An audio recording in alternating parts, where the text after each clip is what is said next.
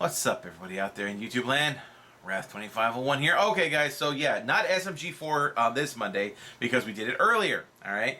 But we do have a video by Plant called The Sleeping Game. Okay, this sounds like another thing that you should never, ever do.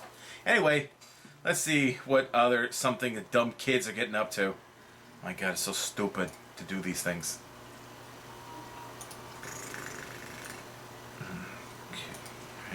And go. My brother, cousins, and I used to play a game whenever we had a sleepover.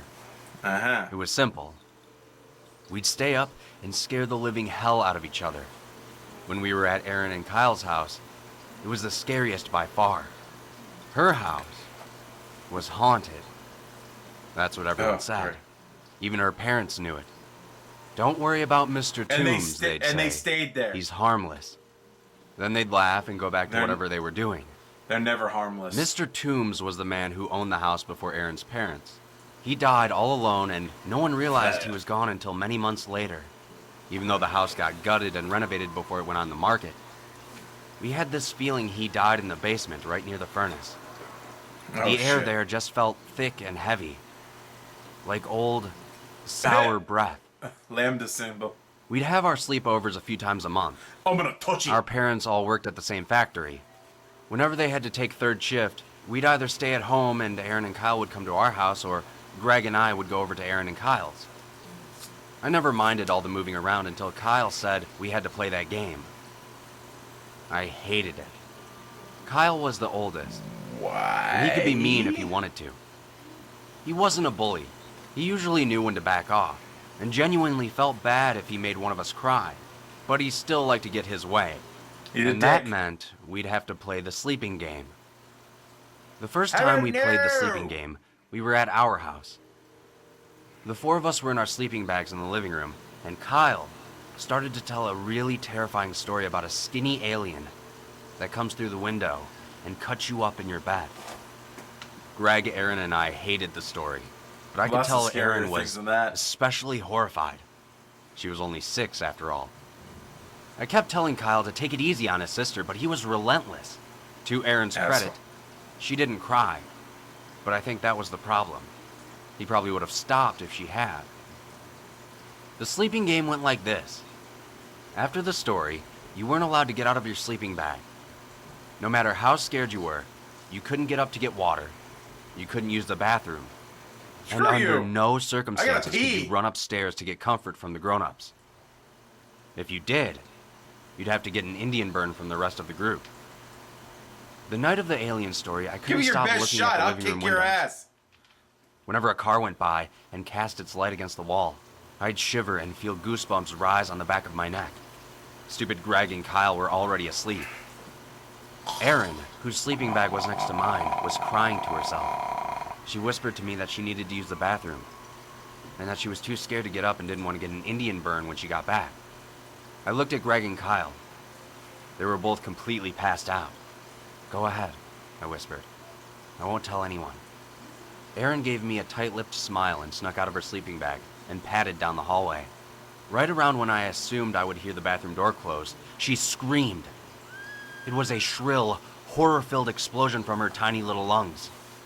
And the three of us, now wide awake, vaulted from our sleeping bags in her direction.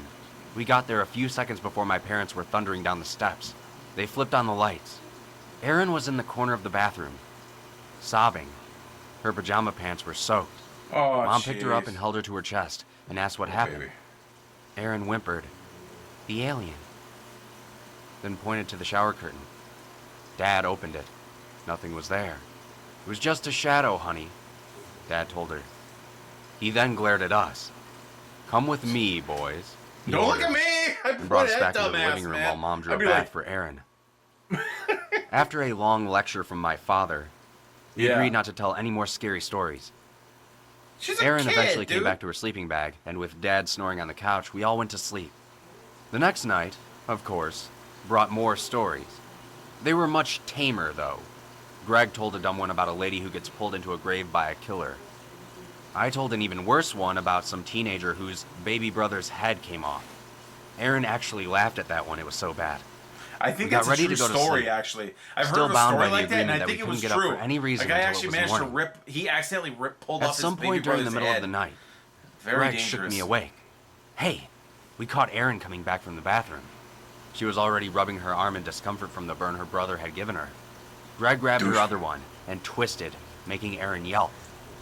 I took her arm and only squeezed it a little bit. I felt bad. Months went by, Hey, and you we already played the got sleeping one, game dude. every time we were You together. get A. Everyone Indian got burn. caught at least once trying to sneak out. Indian burns were had by all. Erin, though, got the most of it.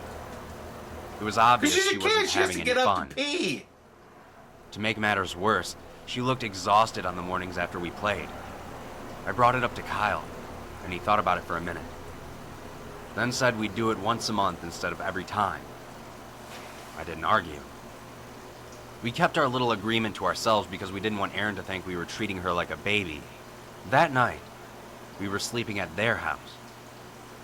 They had a beautifully furnished basement with a large screen Nice. TV, a ping pong table, Damn, dude. and all sorts of other fun stuff. Holy crap, We set up man. our sleeping bags and played video games until well after 10 p.m. My aunt came down and said to turn it all off and get some sleep. I play video games So till we like 3 made in the like we were morning. getting ready for bed. But when the lights went off, Kyle said it was time for the sleeping game. In the basement, it can get, I because there's no groaned, but he windows shot me usually, a it look and gets mouthed, really Only dark. one to me. At least he was holding up his end of the bargain. Only one. Like we always did, anyone who needed to get up to use the bathroom or get a drink beforehand was allowed to. I went, followed by Kyle, then Erin, and we all came back. In the glow of the flashlight Kyle liked to hold under his chin when he told his stories, Kyle started to talk about a ghost. The ghost. Mr. Toombs. Yeah. Even Go Greg ahead. looked uncomfortable Tempt as he stared fate, at the slatted dumbass. wooden door, which served as the barrier between the furnished and unfurnished cellar. The furnace was on the other side. Mr. Toombs waits until you're asleep, Kyle whispered. No He face. sucks your breath into his lungs. face. The longer you sleep, the more he takes away. And if you sleep for too long, you won't have any air left to breathe. I'll give him some air to You're breathe. I the- bust ass in my sleep. Dead. My eyes were wide with fear, I and guess Greg something was you just can breathe. staring at the ground. Kyle, too, looked like he had successfully startled himself, Killed the especially ghost. when the furnace kicked on and we all jumped. Erin, surprisingly, had actually managed to go to sleep first, despite bawling her eyes out by the end of the story, You and suck. making Kyle promise to give her his snack at lunch, or else she'd tell on him. I snuck her one of those lifesaver candies I had stashed away to help her feel better. Ha, nice. I guess it worked. The rest of us tried to go to sleep. I Kyle prefer caught me peach getting rings up to use the myself, bathroom and gave me a wicked Indian burn. But since he caught me while he was on his way to the bathroom himself, I was able to reciprocate. Hard. We There you tiptoed go, back man. into the basement, and I got into our sleeping bags. It was the worst night's sleep I ever had. Pink Each belly, time the pink furnace belly, kicked on. pink belly. I knew I'd see Mr. Toombs floating above my sleeping bag, ready to suck the life out of me. Like always, my aunt Pause. came downstairs in the morning to wake us up for school. She started with gentle calls, then hollers, then shouts. Then, since we always ignored her, she'd stomp down the stairs and threaten to haul us out of the sleeping bags. "Let's go," she ordered. "Get dressed and go get your breakfast." "Erin, if I have to ask you again, I'm gonna flush your goldfish." She's not moving. Erin didn't budge. "I swear to God, Erin, Goldine's going down into the sewer with the Ninja Turtles in 3, 2, 1. Nothing. Concern flashed across my aunt's face. Uh-oh. Kyle, who had been sleeping next to her, shook his sister. She didn't respond. My aunt rushed across the room and pulled Erin to her. She hung limply out of the sleeping bag. Everything went really fast for a while. Dude. The ambulance came while my aunt and uncle screamed and cried, and Kyle, Greg, and I just sat there in stunned silence. My parents arrived soon after.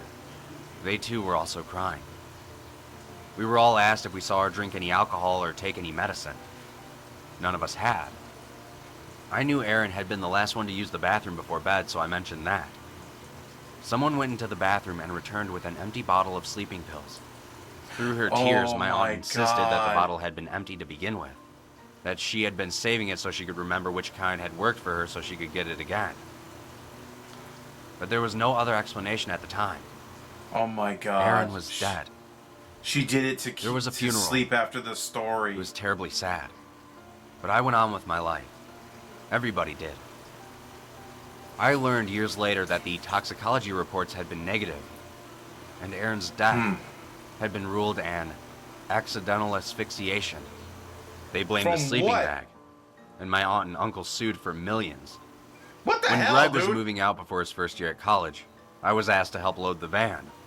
I didn't want to, but I helped anyway. Some of the heavier things were boxed up in the unfinished part of the cellar, by the furnace. I went down there and tried not to think about poor Aaron. When I opened the door Oh, poor baby. and entered the warm furnace room, I remember that feeling I got the first time I had been in there. An image of Mr. Toombs decaying next to the furnace flashed through my head. I shivered. But then I noticed the familiar, strange heaviness in the air. I noticed the smell. It was different from the sour odor that had reminded me of the last breath trapped inside a corpse's rotting lungs. This smell was sweet. Oh. It was cloying. Like the breath of someone who had eaten a lime-flavored lifesaver. Oh, shit. I thought it was like, smelling almonds. Okay, that is screwed up. Dude, that, out of all ones that are spooky and everything, that one was dark. Like, super dark. Holy shit, I was not prepared for that. Oh my God, man. That was even darker than the empty prison, okay? Another good one. Anyway, holy crap. Well, guys, I hope you got freaked out by that one. Like this video, subscribe, and definitely click on the link to the original, like the original, subscribe to Plant if you haven't.